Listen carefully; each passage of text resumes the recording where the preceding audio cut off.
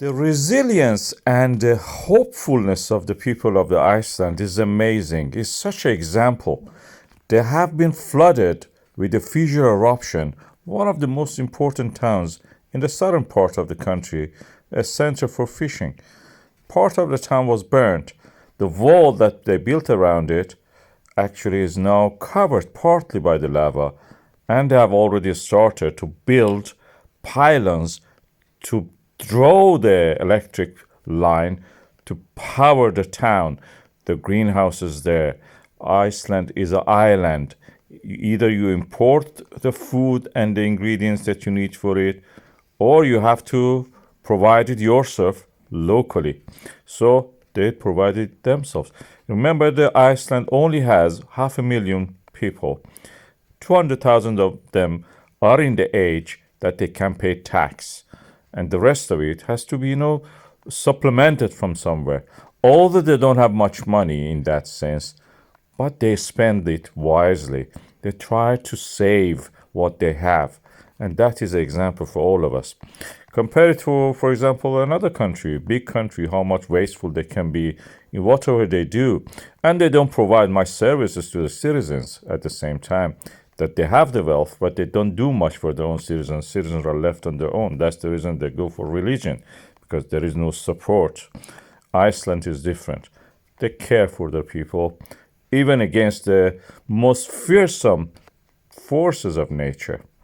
In this example, it is a volcano, which has practically burnt down and cracked the town of the Grindavik. I have a video which reviews all of these things, events happening over the past few years there. As a geologist, it was the most fascinating time for me to observe what is happening to the Reykjanes Peninsula over the past few years.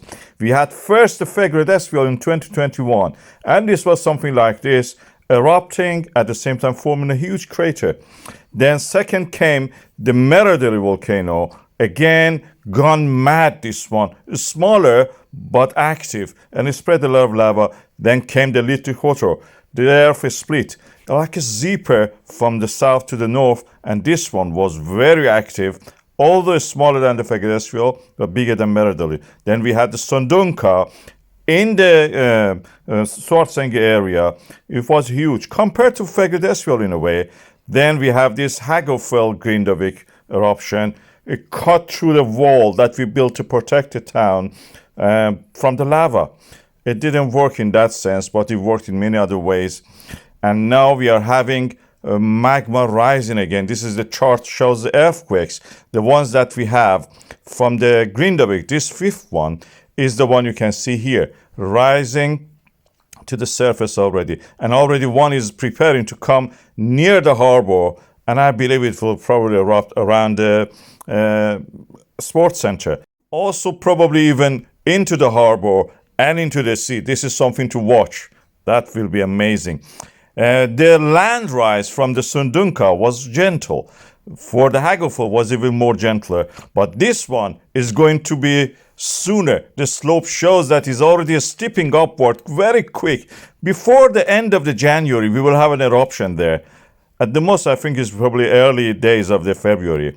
And this is the prediction that I will put on this. As a geologist, let's see how it is. But at the moment, if it continues like that, we will have eruption by the end of the January. And this is the way that all this, like a zipper from south to north and then from north to south, are opening up in this area of the Reykjanes.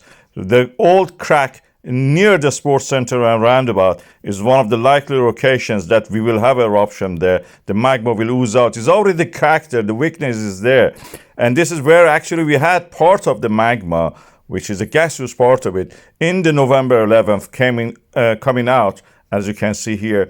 And this created a lot of damage. The damage this time will be inside the town and probably into the sea. This is something to watch.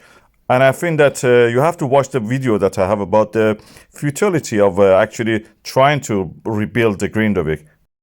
The fragile cannot be saved. Grindavik has experienced the most astounding earthquakes we have seen so far in Iceland. A swarm of earthquakes split the town. Cracks appeared.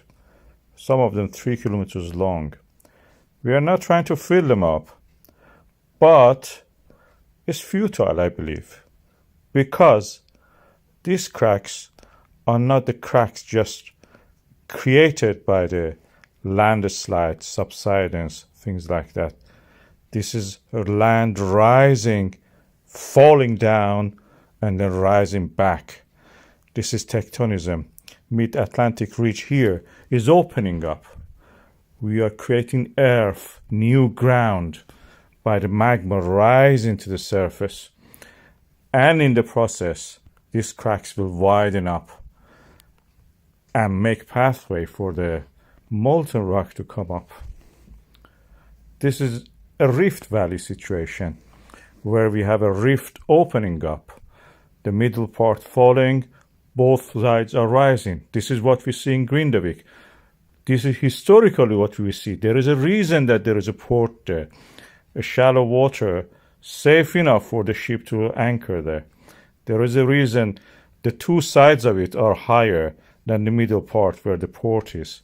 And that is the process that has started not now, not this year, decades ago, probably millions of years ago. And nothing can fill up that crack. Otherwise, Grindavik will not exist. That port is there because this crack was created. And it is not going to be stopped. Nothing can fill it. It's futile. Saving Grindavik.